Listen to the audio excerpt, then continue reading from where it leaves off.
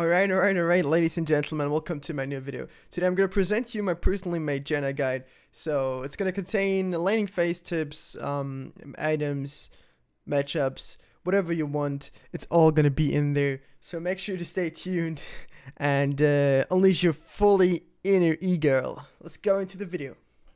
To begin with, let us quickly talk about Janna's strength and go through her laning matchups. Janna's main strength is her ability to protect AD carries. She can heal, shield, and peel for her carries, which makes her really strong. Furthermore, she has decent poke and can deal significant damage early on. This means that she's generally strong against all-in champions and people without sustain and poke, such as Alistair, Leona, Taric, and Rakan. Her relatively short range and lack of sustain makes her weaker against poke champions, like Sona, Zyra, Brand, and Nami. During the laning phase, make sure to track the enemy cooldowns and use your W to poke when they try to go for a last hit. Additionally, you can channel up your tornado and unleash it after you hit your W for extra damage. If you play against an all-in lane, make sure to keep your tornado ready until they try to engage.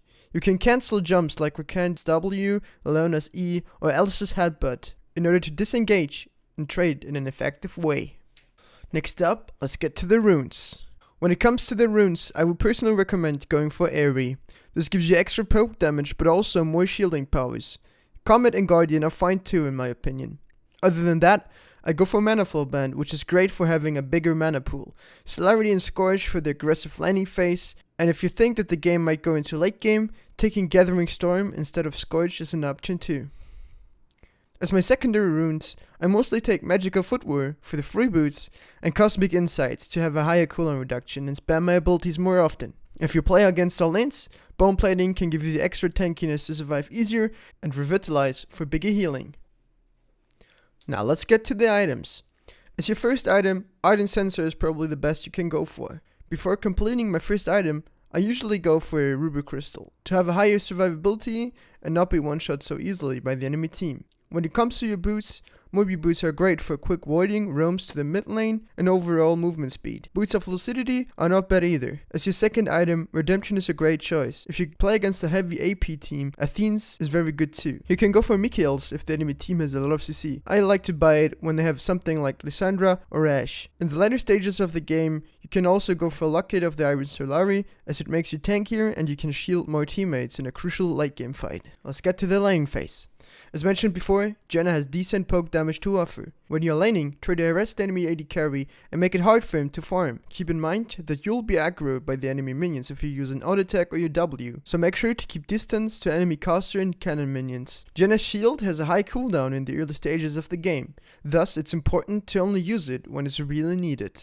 As you can see in this clip, your tornado is really important for your survivability and a great disengaging tool. Make sure to use it to cancel jumps or engages like the Kai'Sa's ulti in this clip right now.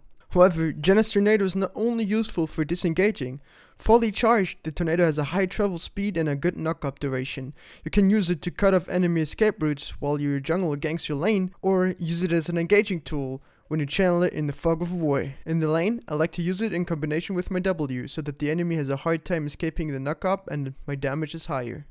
Your ultimate is another great disengaging tool. You can use it to cancel enemy jumps just like your Q, but it also has a knockback effect. Additionally to that, it has a strong healing effect, which you can use in difficult situations where you need the extra HP, like in this Baron play. Now with that being said, ladies and gentlemen, thank you so much for being here. Thank you so much for watching. I hope you enjoyed this guide. I hope it was helpful.